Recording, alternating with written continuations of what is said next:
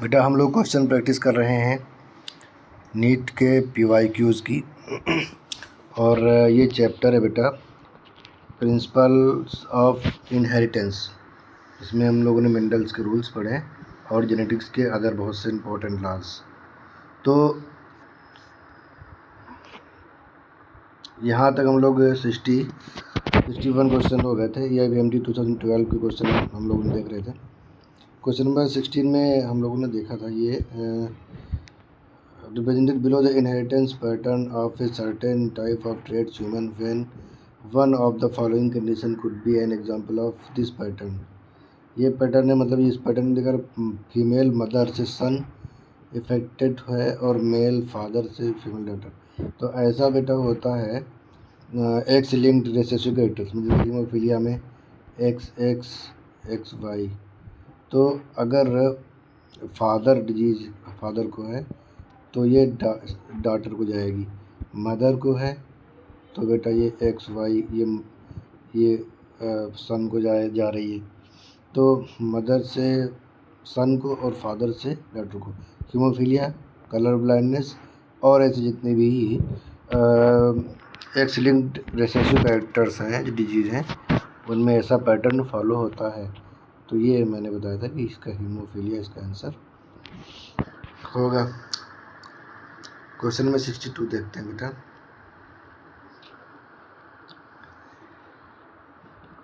Question number 62,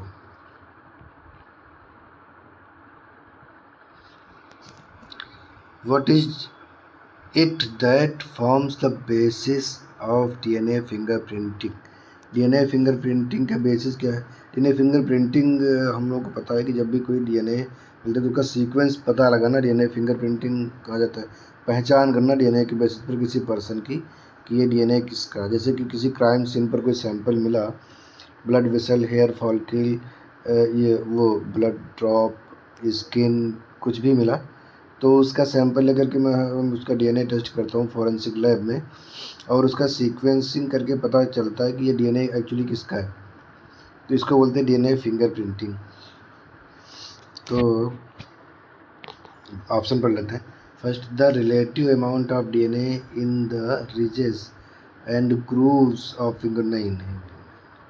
ridges and grooves में जो relative amount of DNA है उससे नहीं पता चलता। DNA तो बेटा हर सेल में बराबर है ना, तो ये नहीं है।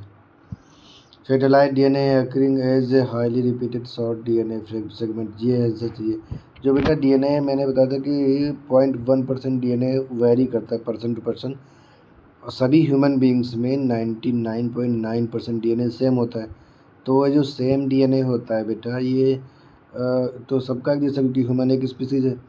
डिफरेंस कितना है? रिपीटेटिव DNA में डिफरेंस को सेटेलाइट DNA बोलते हैं, वो इससे थोड़ा सा पार्ट होता है 0.1%, उसमें डिफरेंस होता है उसको अब उसको VNTR बोलते हैं, वेरिएबल नंबर ऑफ। ये जो DNA के फ्रेगमेंट्स होते हैं छोटे छोटे, ये रिपीटेड DNA होते हैं। तो ये सेटेलाइट DNA, ये वाला आंसर आपका सही हो सकता है। मैं थर्ड ऑप्शन पढ़ लेता हूँ। The relative proportion of purine and pyrimidine. नहीं, प्यूरिन और पिरिमिडिन इक्वल होते हैं DNA में सबके, कोई भी ह्यूमन हो, कोई भी एनिमल हो। For the relative differences in the DNA occurrence in blood, skin and saliva. कोई भी DNA हो बेटा, चाहे वो ब्लड का हो, स्किन का हो या सलाइवा सिगरेट हुआ उसमें कुछ सेल्स आ रही हैं, सब में DNA का अमाउंट बराबर होगा, सब में DNA का सीक्वेंस सेम होगा, सब में जो आपकी स्किन सेल में होगा वही आपकी सलाइवरी सेल में होगा, वही आपके ब्लड सेल में होगा। डिफरेंस नहीं है। डिफरेंस है तो हर एक पर्सन के DNA के सेटेलाइट DNA में जो रिपीटेड DNA है उसमें डिफरेंस, द रिपीटेड सीक्वेंस होता है, नंबर ऑफ रिपीटिशन, ये इसमें डिफरेंस होता है। तो आंसर क्या जाएगा बेटा? इसका आंसर जाएगा सेकंड वाला।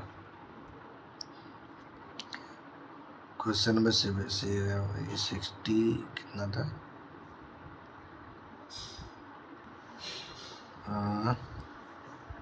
62। ये नंबरिंग थोड़े से गलत है, 63 होने से 73 है, 63 होना चाहिए था। चलो देख लेते हैं।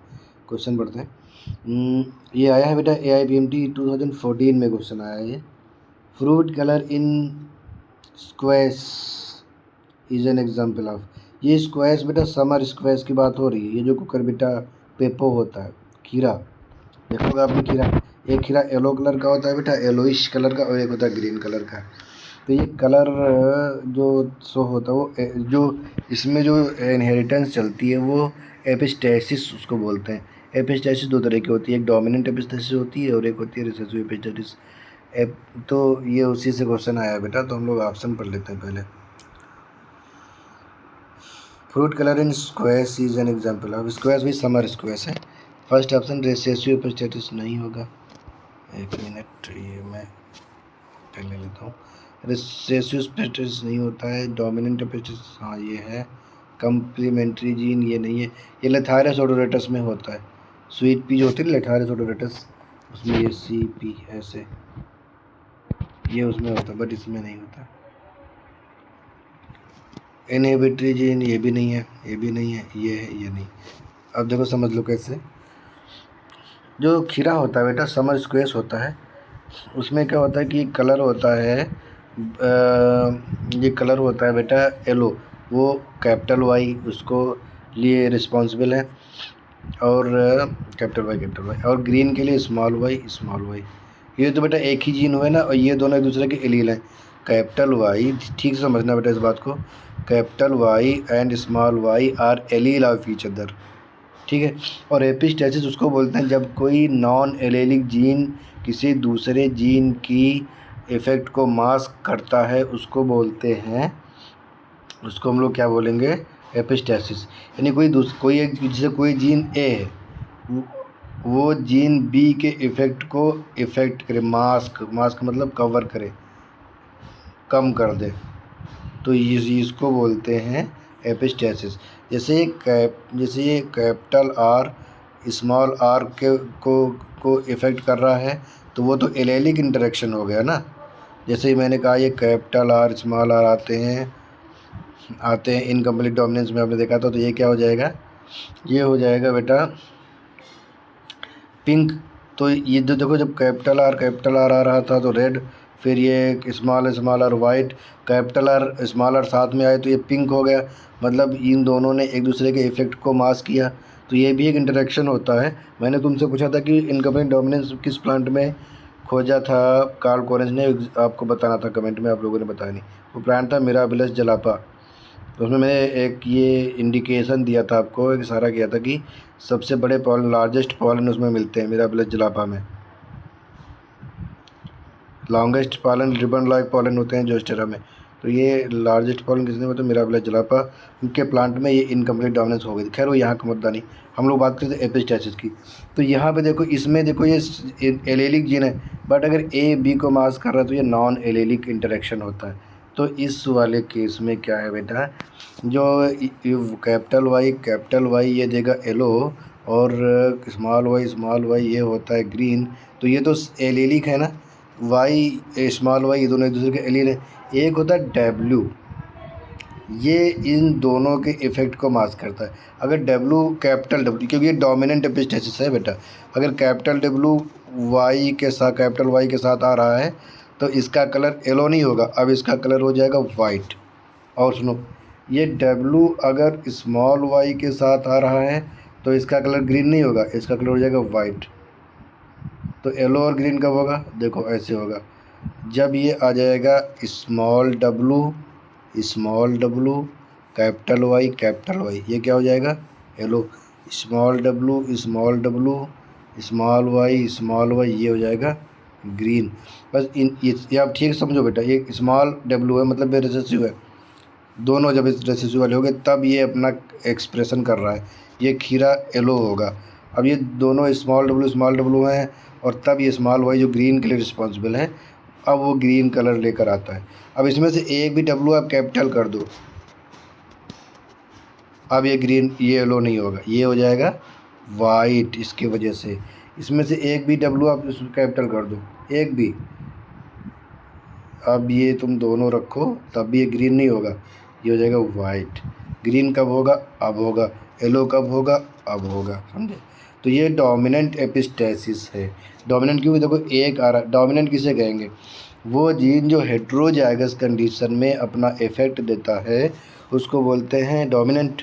जैसे स्मॉल आर है, ये अब तो अपना इफेक्ट देगा ही, बट जब ये इसके साथ आकर अपना इफेक्ट दे, अब ये दोनों साथ में, इसमें से जो एक्सप्रेस होगा वो डोमिनेंट होगा। कैपिटल एक्सप्रेस हो रहा है तो ये डोमिनेंट होगा। तो अब ये कैपिटल डब्ल्यू स्मॉल डब्ल्यू है, तो ये डोमिनेंट, जब ये डोमिनेंट वाला होगा तब ये इसके इफेक्ट को मास्क करता है और ये फिर होता है वाइट कलर लेकर आता है बेटा। ठीक है, आई होप आप समझ गए होंगे। Question number 74।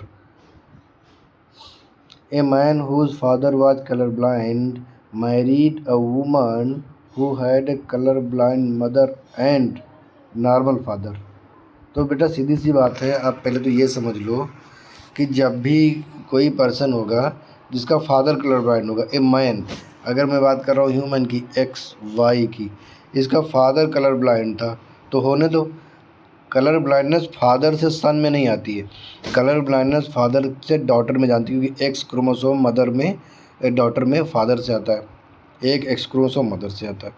तो जब तक फादर में नहीं कलर ब्लाइंडनेस होगी तब तक डॉटर कैरियर हो सकती है, बट डॉटर कभी कलर ब्लाइंड नहीं होगी अगर फादर कलर ब्लाइंड नहीं है तो। दूसरा जो सन है बेटा, सन में हमेशा कलर ब्लाइंडनेस जो आएगी वो मदर से आती है। तो मदर जब तक कलर ब्लाइंड नहीं होगी तब तक फादर होने दो, फादर कलर ब्लाइंड है तो कोई फ़र्क नहीं पड़ता। चलो अब दूसरा देखते हैं, ये तो हो गया marry with a woman who had colour blind mother.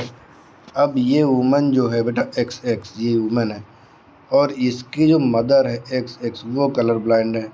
And और पढ़ लेते, एंड नॉर्मल फादर, उसका फादर बेटा नॉर्मल है। अब अगर उसका फादर नॉर्मल है तो जाहिर सी बात है इसका फादर का नॉर्मल है, तो कलर ब्लाइंडनेस डॉटर में किससे आता है, फादर से आता है। तो एक एक्स, क्योंकि ये कलर ब्लाइंड, मदर कैसी कलर ब्लाइंड है, मदर कलर ब्लाइंड है इसकी। तो ये मदर बेटा जो है ना, ये इसकी मदर नहीं है, ये इसकी मदर है, ये इसका फादर अलग है। ये इसकी तो मैरिज हुई है, इस वुमेन की मैरिज इसके साथ हुई है, तो ये इसकी मदर है जिसकी मैरिज हुई है। ठीक है बेटा, तो ये चीज़ समझो थोड़ा सा। तो यहाँ पर तो ये कैरियर हो जाएगी, क्यों, ये वाला एक्स आएगा तो भी कैरियर, ये वाला एक्स आएगा तो भी कैरियर, दोनों एक्स आएंगे नहीं, एक एक्स तो इसके फादर से आएगा जो यहाँ पर एक्स वाई होगा, इसके फादर से आएगा। फादर नॉर्मल, इसमें साफ साफ लिखा है फादर कैसा है बेटा, नॉर्मल है, फादर नॉर्मल है। तो ये फीमेल कैसी हुई, कैरियर, और ये मेल कैसा है, ये मेल, ये वाला मेल कैसा है, ये मेल नॉर्मल है, क्योंकि इसका फादर कलर ब्लाइंड था, उससे कोई फ़र्क पड़ता नहीं। अब क्वेश्चन में क्या पूछा गया है ज़रा ये देख लो, मैं इसको रेज करता हूँ, अभी मैंने लिखा है, क्वेश्चन पढ़ लो। What percentage of male children of this couple will be color blind? Percentage कुछ पूछा है ऑफ मेल चिल्ड्रन। अब मान लो मेल दो होते, ये दो फीमेल हो गए, एक से मैं पेन ले लेता हूँ, ये दो हो गए फीमेल, एक ये दो, और दो हो गए मेल। तो बेटा मदर कैसी थी, कैरियर थी, जो जिससे मैरिज हुई है वो कैरियर होगी, और ये नॉर्मल है। तो इसकी संतानों में जो चिल्ड्रन होंगे दो मेल होंगे, तो एक मेल तो बेटा इससे ये आएगा एक्स वाई, और एक आएगा इससे एक्स वाई। तो ये मेल जो एक्स वाई है, ये मेल तो होगा नॉर्मल, और एक मेल कैसा होगा, कलर ब्लाइंड, क्योंकि ये एक्स कैरियर है लेकिन ये फीमेल में कैरियर है। सन में जब आएगी तो वो कलर ब्लाइंडनेस शो करेगी, तो वो कलर ब्लाइंड, क्योंकि वो मेल कैरियर नहीं होता, क्योंकि उनके पास एक ही एक्स क्रोमोसोम है, एक्स लिंक्ड डिजीज है, तो मेल में अफेक्ट शो होता है, अफेक्टेड होते हैं मेल सीधे। तो बेटा ये दो फीमेल दो मेल, तो मेल में दो ही बने, तो एक उसमें से कैसा है, अफेक्टेड, एक नॉर्मल है, तो 50% आ गया। फिर दो में से कितना, 50% आ गया। हाँ, एक क्वेश्चन यहाँ पे थोड़ा ध्यान देना, अगर ये क्वेश्चन पूछा जाता कि हाउ मेनी चिल्ड्रेन, तो यहाँ पर 25%, क्योंकि तब मेल फीमेल की बात अगर नहीं करते तो, क्योंकि चिल्ड्रन तो चारों हैं ना, तो चार का एक, चार में से 25%, मेल की बात करिए, मेल में से कितने परसेंट, तो मेल तो 2 ही हैं, 2 में से 1 तो 50%, ये समझ लेना। क्वेश्चन में पूछा गया है, मेल पूछा है कि चिल्ड्रन और टोटल चिल्ड्रन में से पूछा है। तो देखो मैं इसको इरेज करता हूँ, आंसर देखते हैं। देखो टोटल चिल्ड्रन में से नहीं पूछा, percentage of male children of this couple will be colour blind. क्या होगा बेटा, ये 50। ये ध्यान देना, आप ये गलती मत कर देना कि टोटल 4 बच्चे हुए तो चारों में से आप निकाल लें, 2 मेल में से सिर्फ देखना है। अगर आप ऐसे करोगे तो क्वेश्चन आपका 25% आएगा, जो गलत होगा। ऐसे क्वेश्चन सब जानबूझ के बनाए जाते, ऑप्शन रखे जाते हैं कि बच्चा क्वेश्चन को अटैम्प्ट करे और गलत करे, ये होता है बेटा। हाँ, अब आप देखिए क्वेश्चन नंबर 75। अच्छा क्वेश्चन है बेटा। जब आपने हार्डी विनबर्ग लॉ पढ़ा होगा तो आपने जीन पोल, जीन फ्रिक्वेंसी और ये सब पढ़ा होगा, तो उसी से क्वेश्चन आया हुआ है। यही क्वेश्चन है, थोड़ा सा अंडरस्टैंडिंग वाला है। देखो क्या, in a population of 1000 individual 360 belong to genotype A, capital A, and 482 capital A, small A, and remaining 160 belong to small a. The frequency of allele A is the in the population is, तो बेटा formula से निकाल लो। देखो total कितने, total allele कितने, इसमें total allele कितने, तो टोटल इंडिविजुअल हैं 1000 और एक इंडिविजुअल में 2 एलील, जैसे ये कैपिटल है, ये होगा या ये होगा या ये होगा। कोई भी इंडिविजुअल होता तो डिप्लॉयड है ना। तो अगर 1000 इंडिविजुअल हैं तो एलील टोटल इसमें कितने हो गए, एलील हो गए 2000। पहली बात तो ये, यहाँ से आपको ये निकाल लो कि टोटल नंबर ऑफ एलील कितने हो गए बेटा, हो गए 2000। ठीक है, मैं इसको इरेज करता हूँ, मैं लिख देता हूँ यहाँ पर, एक सेकेंड पेन लिख देता हूँ। मैं यहाँ पर लिख देता हूँ टोटल एलील कितने हो गए बेटा, टोटल एलील ये 2000 हो गए। ठीक है, अब देखो इसमें से बेटा ए वाले कितने हैं, ऐसे पर्सन कितने हैं, तो ये है 480 है, जिसमें क्या है ए, तो 480 दोनों में ए है, तो इसको 2 से गुणा कर दो क्योंकि 480 में ए 2 बार है। ठीक है, 2 से गुणा, तो ये कितने हो गए बेटा, 0, ये 6 और ये 960 आ गए, 960 आ गए। और क्वेश्चन में क्या कहा है, पढ़ने में नहीं आ रहा, जीनोटाइप 480, मैं इरेज करके पढ़ लेता हूँ। ये डाटा नोट कर लो पहले, ये कितना टोटल कितने एलील मैंने बताया 2000, फिर ये 480, ये कैपिटल कितने निकल के आए 960, ये डेटा लिखना, मैं इरेज करने जा रहा हूँ। 960 आ गए। अब क्या पूछा है, टू कैपिटल ए स्मॉल ए, नहीं ये गलत हो गया। देखो ये 360 कैपिटल वाले थे, मुझे फिर से करना पड़ेगा। 3 कैपिटल ए कितने से 360 थे, मैं फिर से निकाल लेता हूँ। ये कैपिटल ए कितने थे बेटा, 360 थे ना, बिलोंग टू ए, तो ये इसको 2 से गुणा करो, कितना आ जाएगा बेटा, ये 720 आ जाना चाहिए।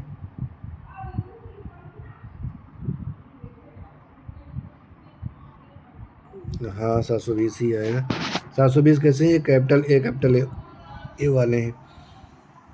उसके बाद ये 480 कैपिटल ए, और ये नोट करो डाटा, मैं आगे बताता हूँ इसको। ये देखो कैपिटल ए स्मॉल ए वाले कितने हैं बेटा, कैपिटल ए स्मॉल ए वाले हैं 480। अब इसमें कैपिटल ए एक ही बार आया है, तो मैं इसको 2 से गुणा नहीं करूँगा।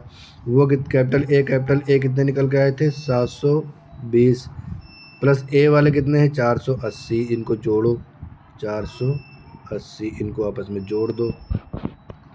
जब आपस में जोड़ देंगे तो कितने आ जाएंगे, ये 0, ये 8 2 10 और 7 4 11 12, ये 1200 आ गए। किसमें, जिनमें एलील 1212 है इसकी फ्रीक्वेंसी। अच्छा टोटल कितने हैं, टोटल मैंने निकाले थे 2000, अभी निकाले थे ना बेटा 2000,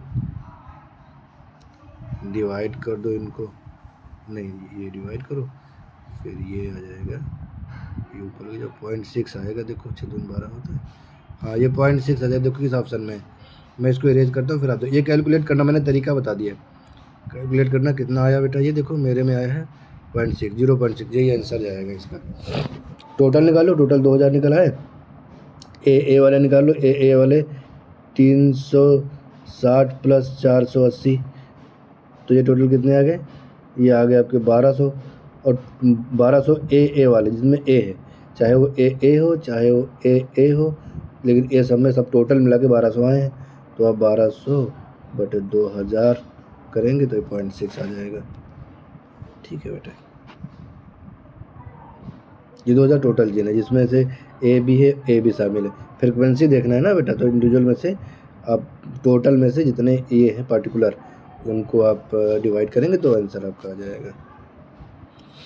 ठीक है बेटा, तो ये आंसर आपका ये आ जाएगा। Commonly used vector for human genome sequencing are T DNA तो थायमिन होता है, ये ठीक है, बट ये इसमें यूज नहीं होता है। बैक एंड यैक यूज होता है। टी एंड ए एडेनिन और थायमिन, जिसमें फ्री एडेनिन चेन होती है उसमें यूज किया जाता है, ये भी नहीं, एक्सप्रेशन वेक्टर भी नहीं है। हालांकि देखो कई बार क्या होता है, ह्यूमन की सेल में अगर प्लाज्मिड को यूज़ करना होता है तो हम लोग रेट्रोवायरस यूज़ करते हैं। किसी डिजीज़ को ठीक करने के लिए हम लोग रेट्रोवायरस को यूज करते हैं। जैसे कि अभी हाल ही में जीन थेरेपी हुई थी 1990 में हुई थी एक जीन थेरेपी एक बच्ची में, तो वो उसमें रेट्रोवायरस यूज़ किया गया था। रेट्रोवायरस यूज़ करते वो ऑप्शन में नहीं, बैक और यैक ये दोनों यूज किए जाते हैं। फिर उसके बाद यही सही आंसर होता क्या, बैक यैक। बैक का नाम है बैक्टीरियल आर्टिफिशियल क्रोमोसोम, याक का मतलब होता है यीस्ट आर्टिफिशियल क्रोमोसोम। ये जो बैक्टीरिया और यीस्ट के आर्टिफिशियल क्रोमोसोम हैं, ये यूज किए जाते हैं एज ए प्लाज्मिड। ठीक है बेटा, आई होप आप समझ गए होंगे। मैं नेक्स्ट क्वेश्चन ले लेता हूँ। नेक्स्ट क्वेश्चन कह रहा है, what is the correct sequence of DNA fingerprinting. DNA fingerprinting आपने की होगी, आप देखो इसका सीक्वेंस क्या है। A separation of desired DNA by gel electrophoresis, B digestion of restriction endonuclease, C isolation of DNA, D hybridization using labelled VNTR probe, E Southern blotting. देखो सबसे पहले तो डीएनए जो मुझे मिला है किसी भी जगह पे क्राइम सीन पर, या अगर कोई पेरेंटल मामला है तो उसमें भी मैं डीएनए कलेक्ट करूँगा सैंपल। तो सबसे पहले डीएनए को आइसोलेट करना होगा, सेल से डीएनए निकालो, सेल मिलेगी ना, या मुझे अगर कलेक्ट करना तो सेल में निकालूंगा, तो सेल से आइसोलेट करो, तो डीएनए आइसोलेट सबसे पहले आ जाएगा सी, पहला स्टेप। फिर इसको क्या करोगे, इसको काटो, इंडोन्यूक्लियस से रिस्ट्रिक्शन, इसको डीएनए से कहाँ से काटेंगे, आरी से काटेंगे। आरी माने रिस्ट्रिक्शन, इंडोन्यूक्लियस काटा तो किससे, ये बी डाइजेशन बाय रिस्ट्रिक्शन। काटना मतलब ब्रेक डाइजेशन, डाइजेशन का मतलब उसको पचाना, खा के पचाना नहीं है। डाइजेशन मतलब break down, digestion means break down. Endonuclease से काटना डाइजेशन बोला जाता है, तो बी। ठीक है, जब काट दिया तो उसके टुकड़े हो गए, छोटे बड़े टुकड़े, क्योंकि जो रिस्ट्रिक्शन एंजाइम होगा वो अलग अलग जहाँ पर जिसका जो रिस्ट्रिक्शन साइट होगी, पॉलिंड्रोम सीक्वेंस जहाँ पर जिसको मिलेगा वहाँ से वो काटेगा। तो छोटे बड़े टुकड़े होंगे, टुकड़ों को सेपरेट करने के लिए हम लोग करेंगे उसको जेल इलेक्ट्रोफोरेसिस, क्योंकि ये जो लेंथ के और वेट के अकॉर्डिंग सेपरेशन होता है वो जेल इलेक्ट्रोफोरेसिस से हम लोग कर लेते हैं, तो आ जाएगा सी। ठीक है, उसके बाद डी क्या करेंगे, हाइब्रिडाइजेशन। अच्छा, जब इलेक्ट्रोफोरेसिस, तो इलेक्ट्रोफोरेसिस जो जेल होती है ना, उससे हम लोग डीएनए को निकालते हैं बाहर, और डीएनए को जब निकालते हैं तो एक पेपर ब्लॉटिंग पेपर पर निकालते हैं, तो उसको बोलते हैं सदर्न ब्लॉटिंग। ये इसके बाद होगा, तो होगा इसके बाद ई। और फिर उसका हम प्रोब लेकर, प्रोब मतलब जो हमारे पास होता है जिससे मैच करना होता है, उसके साथ उसके हाइब्रिडाइजेशन करते हैं और देख लेते हैं कितना परसेंट, कितने सीक्वेंस मैच हो रहे हैं, कितने मैच हो रहे हैं। तो ये होगा डी, ABCED। सदर्न ब्लॉटिंग, जब DNA को ब्लॉटिंग की जाती है और सेपरेट वहाँ से जेलेटोफोरेसिस से निकाल करके ब्लॉटिंग पेपर पर, तो उसको बोलते हैं नायलॉन शीट होती है, नायलॉन शीट के ऊपर ब्लॉटिंग पेपर होती है, वो नायलॉन शीट होती है, उस पर DNA को ट्रांसफ़र किया जाता है, इसको बोलते हैं सदर्न ब्लॉटिंग। RNA के लिए टेक्निक यूज किया जाती है, उसको बोलते हैं नदर्न ब्लॉटिंग। प्रोटीन के लिए यही टेक्निक बोला जाता है वेस्टर्न ब्लॉटिंग। प्रोटीन को सेपरेट करना हो तो वेस्टर्न ब्लॉटिंग, कार्बोहाइड्रेट सेपरेट करना है तो ईस्टर्न ब्लॉटिंग। ये ब्लॉटिंग्स होते हैं, आपको पता होगा। सदर्न ब्लॉटिंग DNA के लिए होता है। तो इस हिसाब से कौन सा जाएगा, A B, ये गलत हो गया, B D ये भी गलत हो गया, C देखो इन दोनों में C है, देख लेते हैं, C B D E last में क्या रहा है, ये भी गलत, तो ये सही है, ये सही, C B A E D, CB A, ये A लिखा था मैंने, ED, CBAED, ये सही है।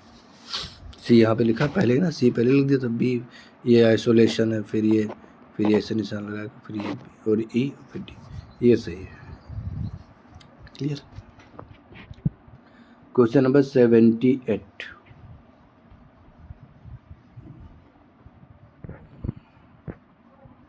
क्वेश्चन नंबर 78 देखते हैं बेटा। A man with blood group A marries a woman with blood group B. What are all the possible blood group of their offsprings? कौन कौन सा ब्लड ग्रुप होगा, ज़रा देख लेते हैं। AB, ये भी हो सकता है, साथ में ये भी हो सकता है। O ओनली तो होगा नहीं, ANB ओनली, यहाँ पे ओनली लिखा है, ये गलत हो गया तुरंत। जहाँ ओनली है वहाँ हटाओ, वो ऑप्शन गलत हो जाएंगे। अब आप सोचोगे कि A और B है तो इसमें AB और O कहाँ से आया होगा। ये क्वेश्चन बेटा ये नहीं दिया है कि जो मैरिज हो रही है वो दोनों कपल हेट्रोजाइगस हैं कि होमोजाइगस हैं। अगर ये कैपिटल A, मैं ऐसे लिखता हूँ, अगर ये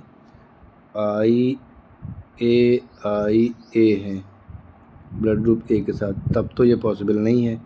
बट ये IA और IO है तो ये पॉसिबल है। बट क्वेश्चन में तो ये नहीं कहा गया कि ये नहीं है, ये भी हो सकता है। मुझे पॉसिबिलिटीज़ देखनी, मैक्सिमम पॉसिबिलिटीज़। अच्छा, B के लिए भी वही IB, ये होमोजाइगस B हो गया, और IBIO ये हेट्रोजाइगस B हो गया। तो अगर ये वाला होगा A और ये वाला B, तो पॉसिबिलिटीज़ ABO तीनों के लिए, चारों की होगी। तो वैसे मैं क्रॉस करके तुम्हें दिखा देता हूँ। मैंने ले लिया, एक मिनट पे ले लेता हूँ, मैंने लिख दिया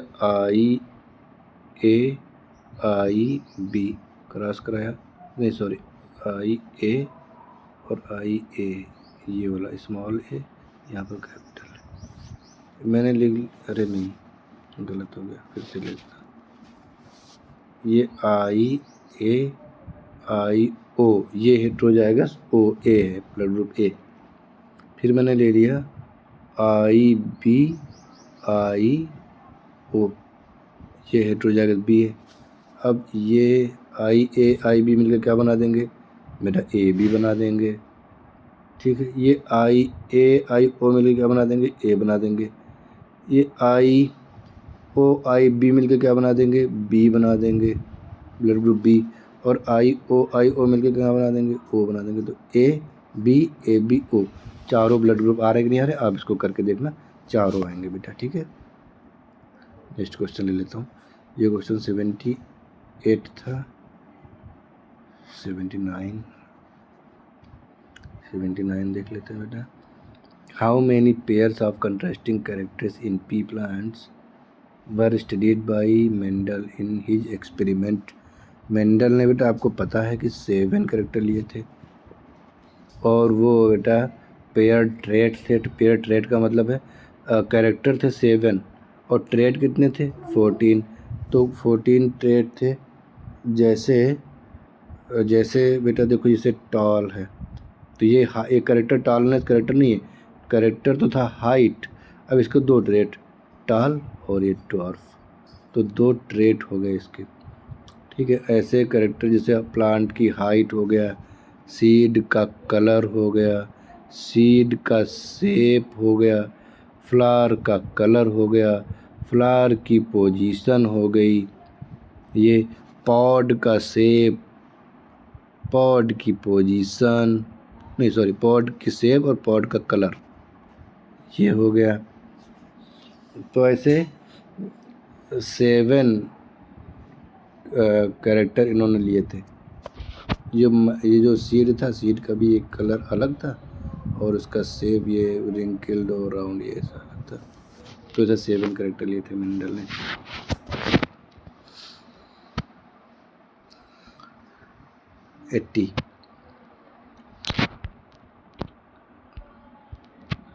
In sea urchin DNA, which is double-stranded, 17% of bases are shown to be cytosine. The percentage of other 3 bases expected to be present in this DNA. बहुत इजी क्वेश्चन है बेटा, बट नीट में आया हुआ है, थोड़ा सा कॉन्सेप्ट लगाओगे तो आ जाएगा। याद करो बेटा, चारगाफ्स रूल, सरगैफ्स रूल भी बोलते हैं, चारगाफ्स रूल बोलते हैं। उन्होंने कहा था adenine is equal to thymine and guanine to cytosine, मतलब purine is equal to pyrimidine, purine is equal to pyrimidine, purine और पायरिमिडीन बराबर होंगे। तो बेटा वही कॉन्सेप्ट लगाना है। जरा देखो इस क्वेश्चन में क्या पूछा है, 17% बेसेस क्या है, साइटोसिन। तो साइटोसिन, एक सेकेंड, साइटोसिन कितने हैं बेटा, 17%। तो मुझे बताओ ग्वानिन कितना हो जाएगा, क्योंकि साइटोसिन जुड़ेगा तो ग्वानिन के साथ ही ना। अगर साइटोसिन है तो ग्वानिन भी होगा, क्योंकि ग्वानिन साइटोसिन के साथ ही तो पेयरिंग करेगा। तो ये 17% है, तो ये भी 17% होगा, जोड़ दो कितना हो गया, 34%। ठीक है बेटा, 34% साइटोसिन, 34% ग्वानिन, नहीं दोनों मिला के 34%, तो ये आ जाते हैं बेटा आपके पास 17% अब बचा क्या, एडेनिन और थायमिन। अब मुझे बताओ 100 में से मैं माइनस कर दूंगा 34, कितना बचेगा, 100 में से ये हो जाएगा 6। ठीक है, ये 66 आ जाएगा, 66, और 66% क्या है, थायमीन प्लस एडेनिन, यानी एडेनिन हो जाएगा 33% और क्या है बेटा, थायमीन हो जाएगा 33%, कितना, 33% एडेनिन एंड 33% थायमीन। ये एडेनिन है, ये थायमीन है, ये समझ ही गए हो गया। अब ऑप्शन देख लेते हैं। अब इसको इरेज करता हूँ मैं, ऑप्शन देखो, ग्वानिन 70% हमने अभी निकाला, एडेनिन कितना दे रखा है इन्होंने 16, ये गलत हो गया। ग्वानिन निकाला अभी मैंने कितना 17%, क्योंकि साइटोसिन के बराबर होगा, और एडेनिन और थायमिन दोनों 66%, आधे आधे कर लो, 33 ये ऑप्शन सही होगा। 8.5 और 50 ये गलत हो गया। 34% तो पूरे होंगे एडेनिन और थायमिन मिला के, 24 ये गलत हो गया। कौन सा सही है, अभी मैंने निकाला ना, तो आपने देखा ये 17, 33, ये आंसर बिल्कुल सही होगा आपका। क्वेश्चन नंबर 81 देख लेते हैं बेटा, क्या कह रहा है question number 81।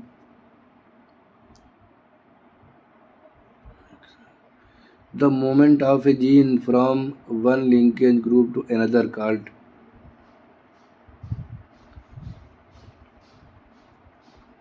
movement of a gene from one linkage group to another called duplication. नहीं होगा, डुप्लीकेशन होगा जब ये डुप्लीकेशन तो एक तरह का, जैसे ये एक जीन, एक सेकंड पेन ले लेता हूँ, जैसे ये एक डीएनए है और ऐसा डीएनए दूसरे पर आ जाए तो ये डुप्लीकेशन होता है दूसरे स्टैंड पर।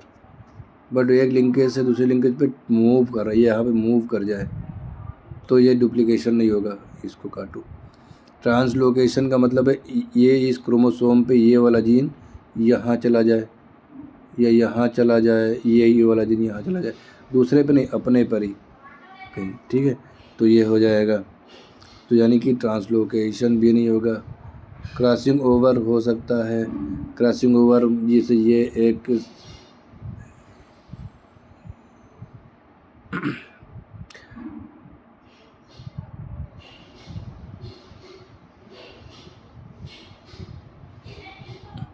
ये देखो क्रॉसिंग ओवर, ये यहाँ पे किस मेटा बन रहा है, तो ये एक लिंकेज ग्रुप है और ये इतना टूट करके इस वाले के साथ जुड़ जाएगा। तो इतना पार्ट जो टूटा, ये वाला पार्ट, इतना पार्ट जो कि इस क्रोमोसोम का था वो इस वाले क्रोमोसोम में आ गया। नॉन सिस्टर क्रोमेटिड के बीच में क्रॉसिंग ओवर होता है। तो ये एक लिंकेज ग्रुप था, अब ये दूसरे लिंकेज ग्रुप का पार्ट है। तो ये आंसर बिल्कुल सही हो सकता है क्रॉसिंग ओवर वाला। इन्वर्जन नहीं होगा। इन्वर्जन क्यों नहीं होगा? इन्वर्जन का मतलब है जैसे ये वाला जीन है तो इतना पार्ट, जैसे मैं लिखता हूँ ABC, तो इन्वर्ट होकर ये इतना पार्ट हो जाए CBA, तो ये इसको बोलते हैं इन्वर्जन। तो ऐसा भी नहीं, ये तो लिंकेज ग्रुप तो वही है ना, इसमें कुछ भी चेंज, ट्रांसलोकेशन हो, इन्वर्जन हो, डुप्लीकेशन हो, कुछ भी हो जाए।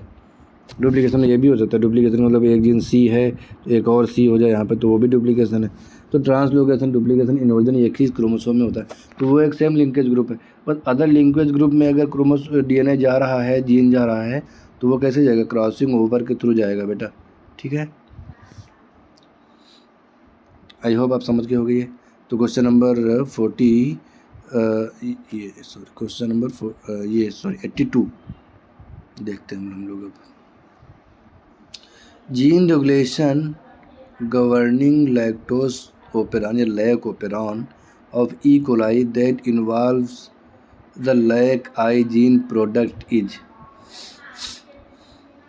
negative and inducible because repressor protein prevent transcription.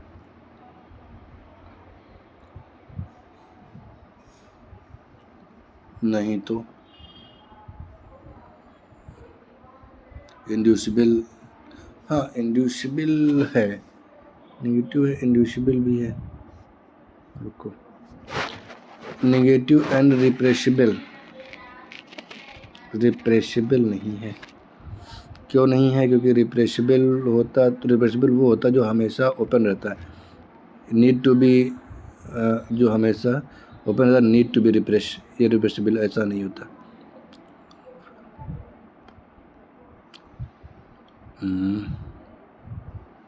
ये होता है उसमें ट्रिप्टोफैन में, ट्रिप्टोफैन के लिए। Feedback inhibition because excess of beta galactosidase can switch off transcription, बिल्कुल गलत ही है। बीटा गैलेक्टोसाइडेज की वजह से स्विच ऑफ नहीं होता है। Positive and inducible because it can be induced by lactose, ये सही है। ये रिप्रेसिबल कैसा है? ये जो आई जीन है, रेगुलेटरी जीन है, ये लैक आई, लैक ये P, फिर O प्रोमोटर ऑपरेटर, फिर lac Z, lac Y, lac A, ये स्ट्रक्चरल। तो ये होता है जैसे beta galactosidase, permease, transacetylase, promoter operator और लैक, ये रेगुलेटर प्रोटीन बनी हुई है। रेगुलेटर प्रोटीन जाकर के ऑपरेटर पर बाइंड कर जाती है। तो ये जो ओपेरॉन है it always switch off but can be on when needed. On कब होगा? जब लैक्टोज मीडियम में होगा तब ये ऑन हो जाएगा, और जब ये नहीं होगा तब ऑन नहीं होती। ये वाला आंसर आपका सही है, बिल्कुल सही जा रहा है ये वाला। इंड्यूसिबल है पॉजिटिव, पॉजिटिव का मतलब जब ये होगा तब ओपन होगा, नहीं होगा तो नहीं ओपन होगा।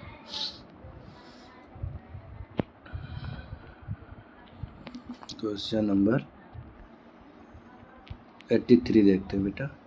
Multiple allele are present, multiple allele present होते हैं at different loci on the same chromosome, बिल्कुल गलत हो गया। जब कभी कोई भी जीन डिफरेंट लोकाइज पर प्रेजेंट होगा तो वो एलील तो हो ही नहीं सकता। एलील की पहचान है the gene present on same locus called allele.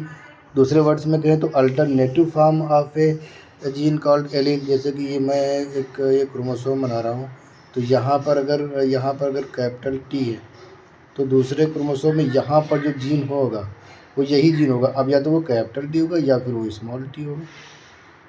ये जो सेम लोकस पर होना चाहिए वो ये लोकस, ठीक है। तो लोकस तो पहली बात, डिफरेंट लोकस की बात ही नहीं करनी है, डिफरेंट लोकाई गलत हो गया। At the same locus of chromosome multiple allele are present at the same locus of, हाँ बिल्कुल सही है। और non sister chromatids, non sister chromatid जैसे आपने कहा तुरंत डिफरेंट क्रोमोसोम हो गए। ऑन डिफरेंट क्रोमोसोम,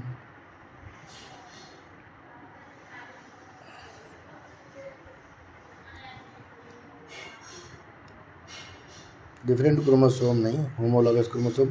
हाँ ये डिफरेंट पर्सन में होता है।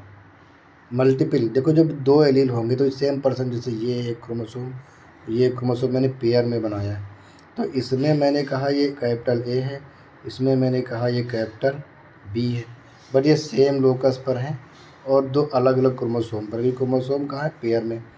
पर जब मल्टीपल एलील की मैं बात करूँगा, तीसरा कोई सी जीन है, जैसे ए बी और सी जीन है, वो इसी का एलील है, तो अब वो इसमें तो हो नहीं सकता क्योंकि जीन तो डिप्लॉयड दो ही हैं, क्रोमोसोम तो दो ही है ना, तो वो तीसरे पर्सन में होगा किसी में ये मान लो यहाँ पे बी है तो उसी जगह पर ये सी हो सकता है, ए सी हो सकता है, ए बी हो सकता है, बी सी हो सकता है, ऐसा होता है। जैसे ब्लड ग्रुप में होता है, इसका बेस्ट एग्जाम्पल क्या है? Blood group A B O.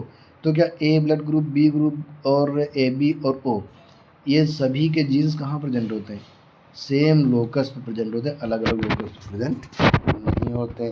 तो जब आपको ये ऑप्शन मिल रहा है present at the same locus of chromosome, तो यही आंसर सही होगा।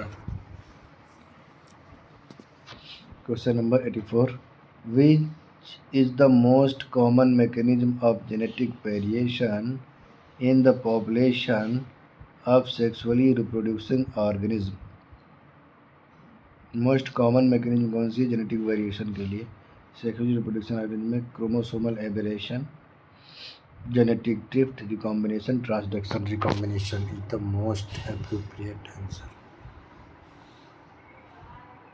Recombination, crossing over. देखो सेक्सुअल रिप्रोडक्शन जब भी होगा मियोसिस होगा, गैमीट बनेगा कि नहीं बनेगा?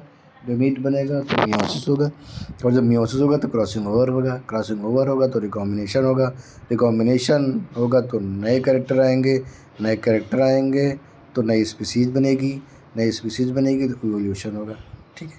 तो ये सेक्सुअल रिप्रोडक्शन का एक अपना सिग्निफिकेंस है।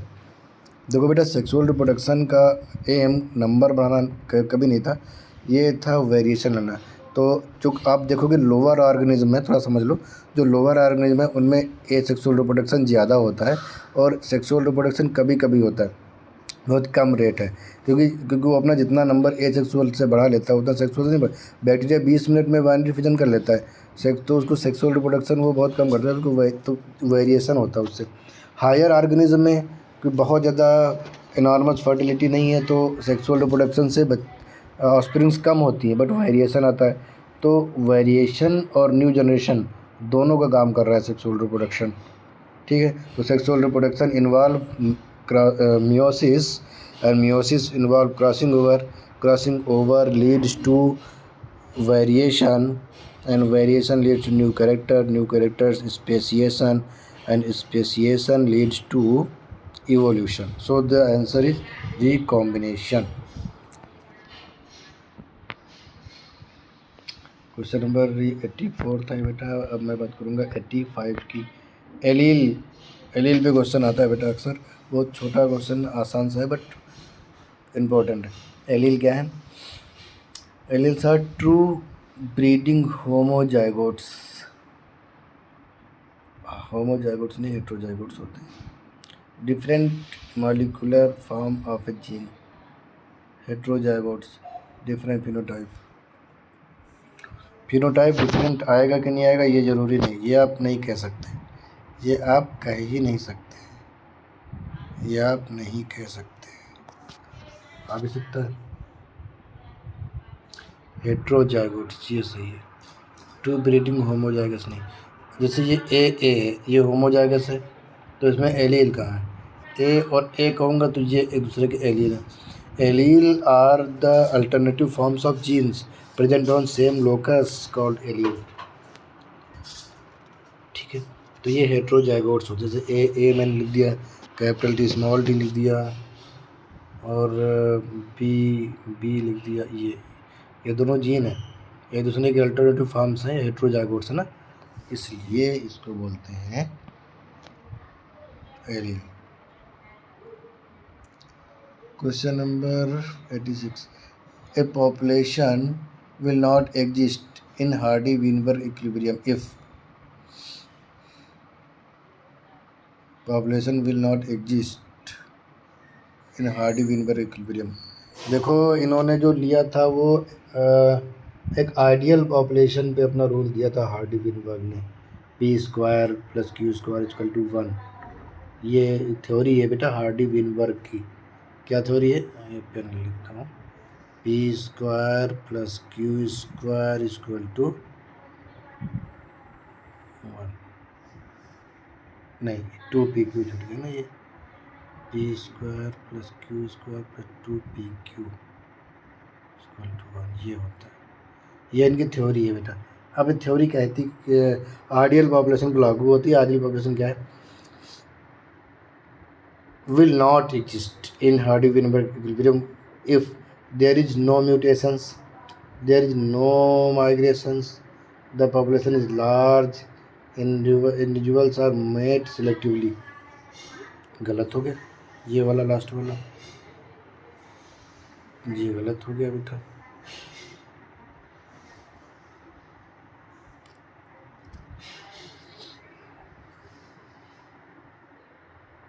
आइडियल पॉपुलेशन क्या होती है? जो रैंडम मेटिंग पॉपुलेशन होती है।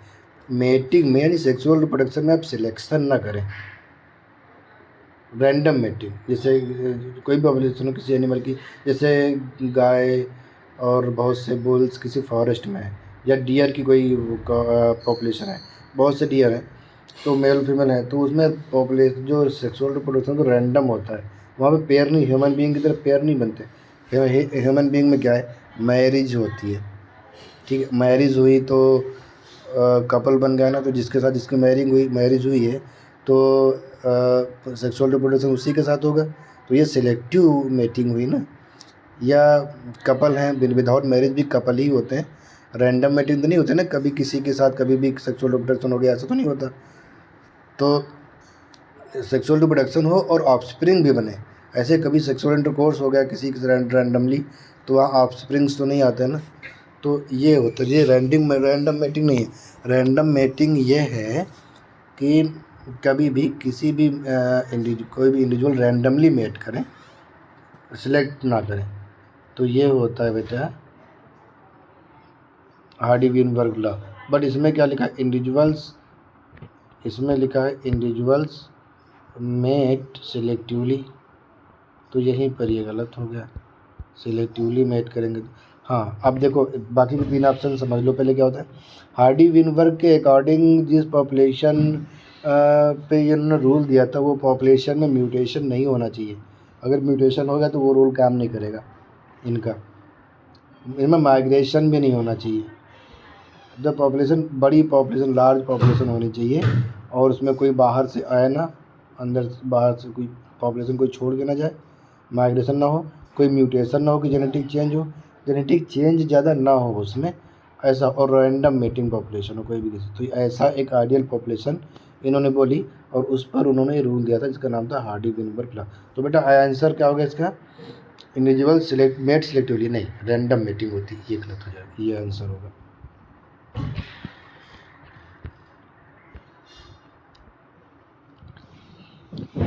ये IPMT 2015 में दोबारा एग्ज़ाम हुआ था, उसमें ये क्वेश्चन आया था बेटा। क्वेश्चन क्या है ज़रा देखो। A colour blind man marry a woman with normal sight has no history of colour blindness in her family. एक कलर ब्लाइंड मैन ऐसी वुमन के साथ मैरिज करता है जिसके ख़ानदान में कोई कलर ब्लाइंड नहीं है, वो तो है ही नहीं। विद नॉर्मल, वो नॉर्मल साइट है उसकी, और उसके वो परिवार खानदान में, यानी कि there is no history of colour blindness in family. उसके परिवार में दूर दूर तक किसी में कलर ब्लाइंडनेस नहीं है। What is the probability of their grand son being colour blind?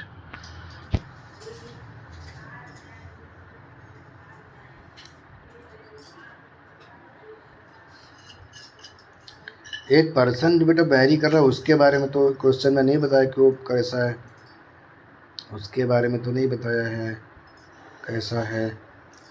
तो फिर भी अगर मैं मान लूँ कि ये वुमन जो है बेटा, अब देखना क्वेश्चन को सबको, ये वुमन जिसकी मैरिज हो रही है ये बिल्कुल नॉर्मल है। अब ये पर्सन के बारे में नहीं दिया गया तो उसको भी नॉर्मल मान के चलेंगे।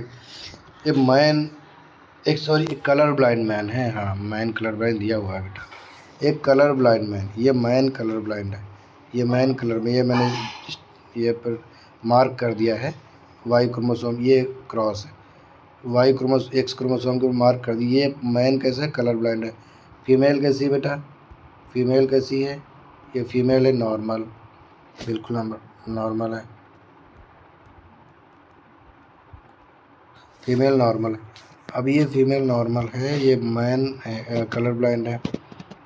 तो अब देखो ये कैरियर भी नहीं है, मतलब ये जिसने जो ये बताया ना कि इसकी हिस्ट्री में कोई कलर ब्लाइंड नहीं है, मतलब ये कैरियर भी नहीं है।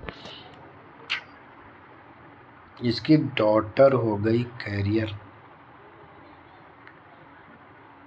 इसका सन हो गया नॉर्मल।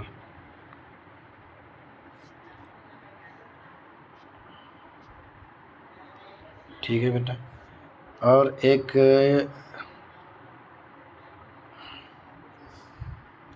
सन दोनों नॉर्मल होंगे, और डॉटर, एक डॉटर कैरियर होगी और एक डॉटर नॉर्मल होगी। सन दोनों कैसे हैं?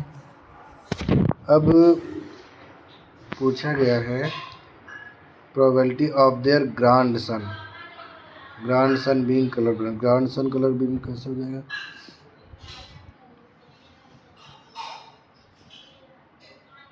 अब ग्रैंड सन की जो बात होती है बेटा, वो एक्चुअली बोला जाता है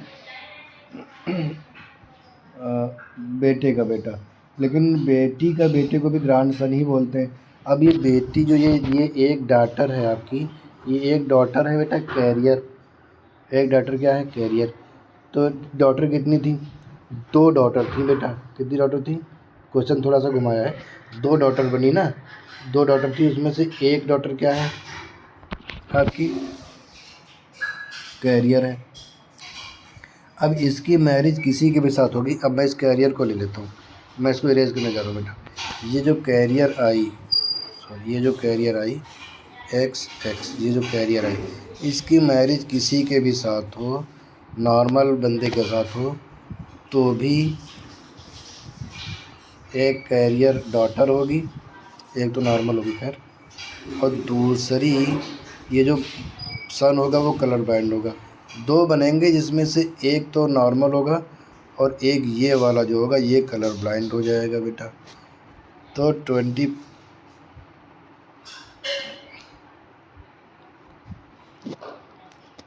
probability of their grandsons being colour blind. Grandson कितने बनेंगे बेटा? ग्रैंड सन बनेंगे टोटल 2, और 2 में से कितने कलर ब्लाइंड हो रहे? 1/2 मतलब 0.5। तो आंसर ये जाएगा 0.5। ग्रैंड सन पूछा है तो ग्रैंड सन जाएगा आपका 0.5।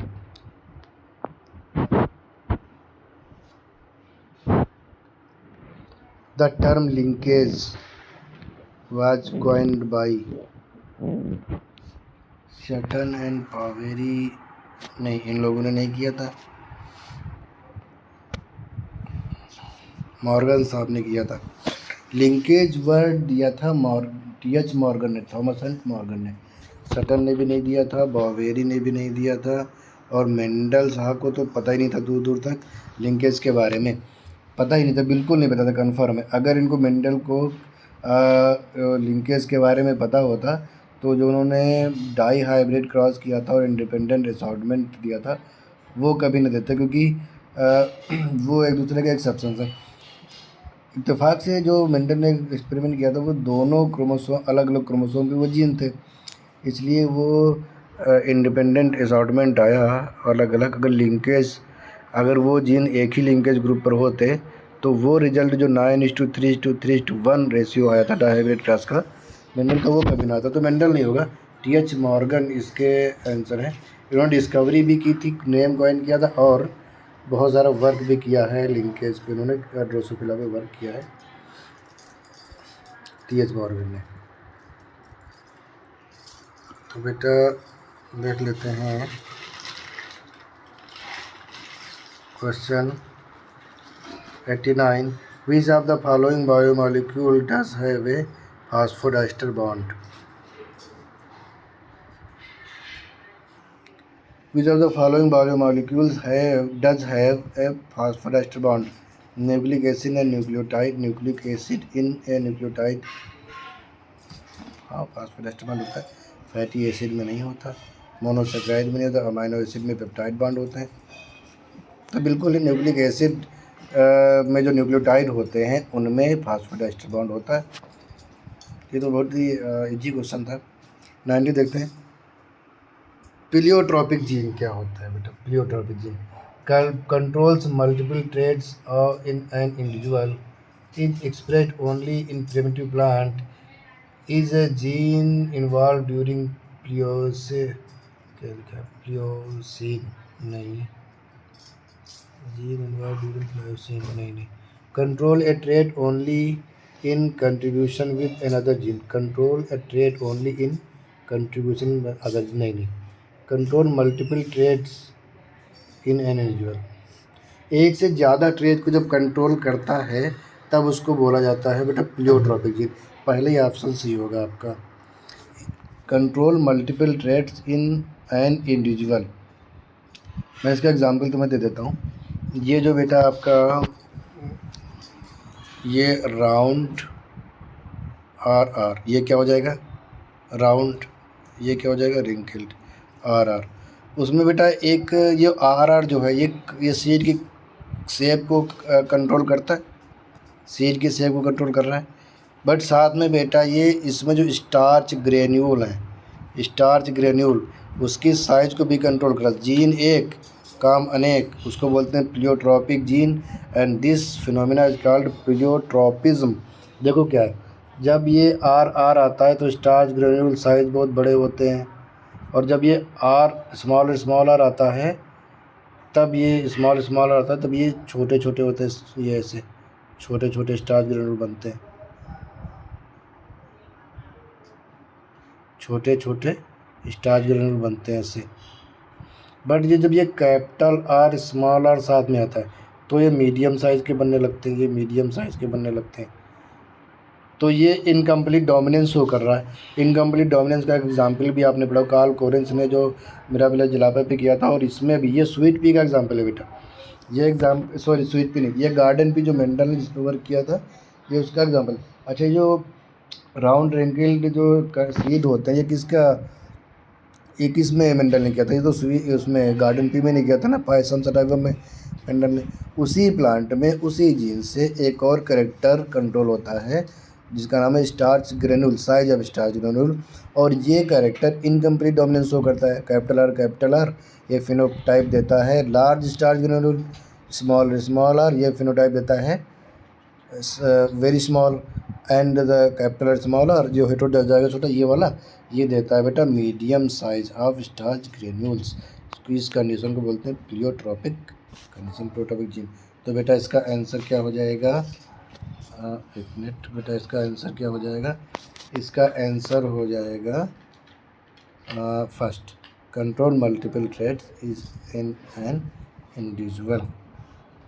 बेटा यहीं तक रखते हैं, नेक्स्ट लेक्चर में हम आगे के क्वेश्चंस कंटिन्यू करेंगे। तो बेटा प्रैक्टिस करते रहें आप लोग। थैंक यू फॉर वॉचिंग, और इसी तरह आप पढ़ते रहें रोज़ का रोज़। और जो भी बेटा प्रॉब्लम्स आप क्वेश्चन सॉल्व करते हैं, कोई प्रॉब्लम्स आती है तो आप तुरंत कमेंट करके पूछें, मैं इसको एक्सप्लेन अलग से वीडियो बना करके मैं एक्सप्लेन कर देता हूँ क्वेश्चंस को। या मैं कमेंट में रिप्लाई करके कर दूँगा। आप क्वेश्चन प्रैक्टिस करें। Thank you for watching.